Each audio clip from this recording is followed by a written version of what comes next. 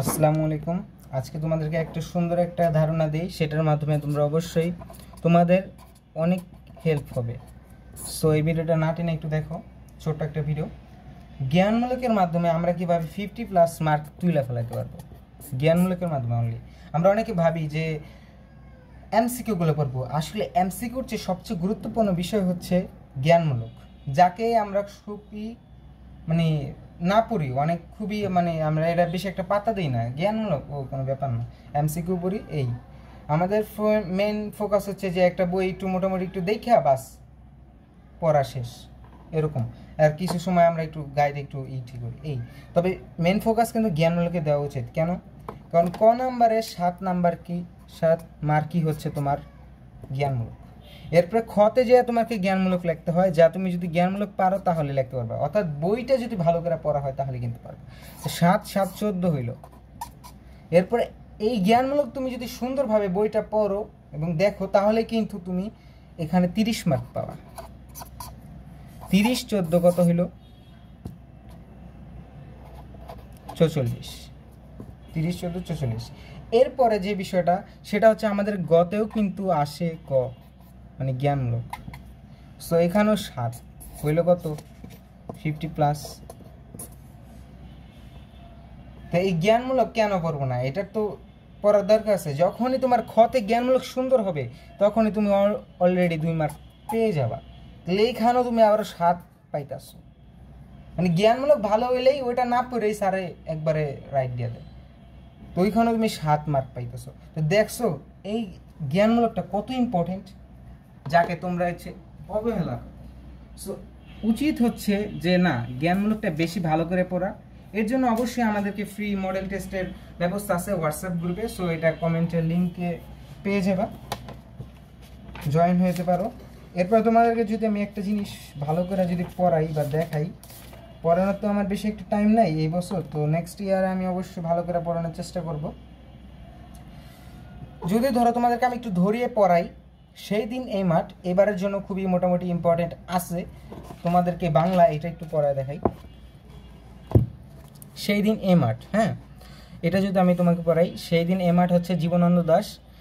সে হচ্ছে আমার একটু দেখো যে এইটা পড়াতে আমার কয় মিনিট টাইম লাগে, এবং এরপরে তুমি একটু গাইড বই এখানে খুঁজো, তারপরে ভালো হবে। সেই দিন এ মাঠ হচ্ছে তোমার জীবনানন্দ দাশ কবি লেখছেন। জীবনানন্দ দাশ হচ্ছে 1899 সালে বরিশাল শহরে জন্মগ্রহণ করেন। এখন 1899 সালে 3 জন কবির জন্ম হয়েছে। সে হচ্ছে তোমার কাজী নজরুল ইসলাম, এরপর হচ্ছে বালাইচাঁদ মুখোপাধ্যায়, এবং হচ্ছে জীবনানন্দ দাশ। এই জিনিসটা মনে রাখার জন্য একটা খুবই সুপার টেকনিক আছে, কবজি। কবজি ক, ব আর জ, এই যে 3টা জিনিস এই 1899 সালে করছে। সো মনে রাখা যাবে। বরিশালে শহরে জন্মগ্রহণ করে, ঠিক আছে। তার পিতার হচ্ছে সত্যেন্দ্রনাথ দাস, মাতা হচ্ছে কুসুম কুমারী। এখন জীবনানন্দ দাশের এই যে কুসুম কুমারী, তার মা আছে, সে হচ্ছে কবি ছিল।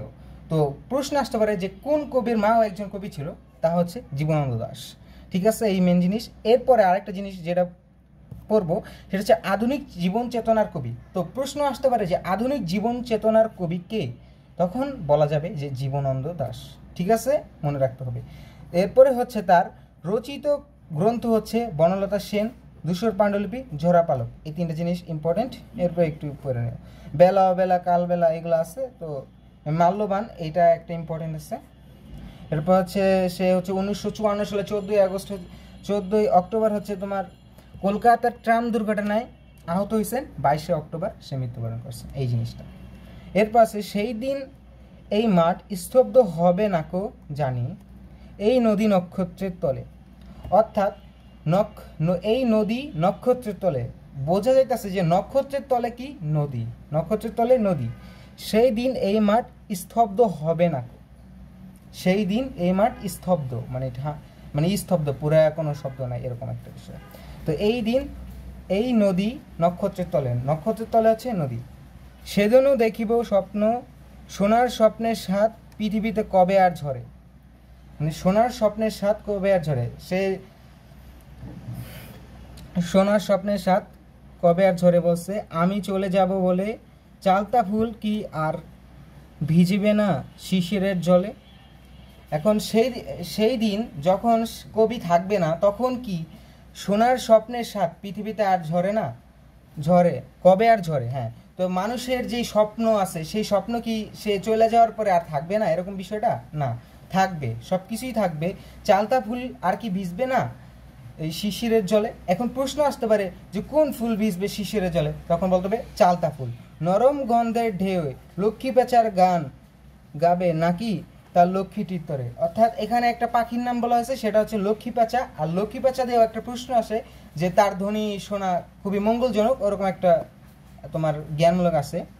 তো সোনার স্বপ্নের স্বাদ পৃথিবীতে কবে আর ঝরে? আবার বলছে চারদিকে শান্ত বাতি ভিজে গন্ধ মৃদু কলরব, খেয়া নৌকাগুলো এসে লেগেছে চরের খুব কাছে। এখন প্রশ্ন আসতে পারে যে খেয়া নৌকাগুলো কোথায় এসেছে? চরে এসেছে। চরে কি এসেছে? খেয়া নৌকাগুলো এসেছে। ঠিক আছে।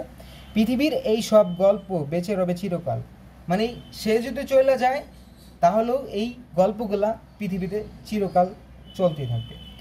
এশিরিয়া ধুলো আজ, ব্যাবিলিন ছাই হয়ে গেছে। অর্থাৎ এখানে দুইটা সভ্যতার নাম বলা হয়েছে, এশিরিয়া এবং হচ্ছে ব্যাবিলিন। আর এশিরিয়া হচ্ছে আজকে ধুলো হয়ে গেছে, আর ব্যাবিলিন হচ্ছে ছাই হয়ে গেছে। তো এই জিনিসগুলো মনে রাখতে হবে। দুইটা সভ্যতার কথা বলা হয়েছে। নক্ষত্রের তলে হচ্ছে নদী, চালতা ফুল হচ্ছে শিশিরের জলে ভেজে, পাখি একটা বলা হয়েছে, সেটা হচ্ছে লক্ষ্মী পেঁচা। আর খেয়া নৌকাগুলো চরে আসে, চরে আসে কে? খেয়া নৌকাগুলো। কোন কবির মাও একজন কবি? সেটা হচ্ছে জীবনানন্দ দাশ। আধুনিক জীবন চেতনার কবিকে জীবনানন্দ দাশ। 1899 সালে জন্মগ্রহণ করে কে? জীবনানন্দ দাশ। বরিশালে শহরে 1899 সালে জন্মগ্রহণ করে জীবনানন্দ দাশ। ঠিক আছে। মাল্যবান কার গ্রন্থ? সেটা হচ্ছে জীবনানন্দ দাশ। ঠিক আছে। এই হচ্ছে ট্রাম দুর্ঘটনায় আহত হন কে? জীবনানন্দ দাশ। তো এইখানে যত প্রশ্ন আছে, সেইখানে মানে এইখানে যতগুলো প্রশ্ন বললাম সবই ইম্পর্টেন্ট। এরপরে আসি, সেই দিন এমাট কবিতাটি জীবনানন্দ দাশের রূপসী বাংলা কাব্য থেকে সংকলিত হয়েছে। ঠিক আছে। তো মেইনলি এখানে যে বিষয়টা বোঝানো হয়েছে, সেই বিষয়টা হচ্ছে যে কবি যখন চলে যাবে তখনও কিন্তু পৃথিবীটা যেমনভাবে আছে তার কোনো বাধা হবে না, বাধা সৃষ্টি হবে না, সে সেমনভাবেই চলতে থাকবে। প্রকৃতির কোনো যেভাবে চলে সেভাবেই চলতে থাকবে, কারো মৃত্যুতে তার কোনো যায় আসে না, এরকম বিষয়টা বোঝানো হয়েছে। ঠিক আছে। তো এরকমভাবে যদি পড়ো তাহলে আশা করা যায় জ্ঞানমূলক তো তোমার এখানে 90% কাভার হয়ে গেছে। এরপরে তুমি একটু দেখো, ভালো করে পড়ো, দেখবা অলরেডি এরকমভাবে সব কিছুই পড়ানো সম্ভব। এখন তো আমার টাইম নেই, তার জন্য হচ্ছে এরকম পড়াইতে পারতেছি না। তো যাই হোক, তোমরা অবশ্যই পারলে হোয়াটসঅ্যাপে জয়েন হতে পারো, তোমার ইচ্ছা।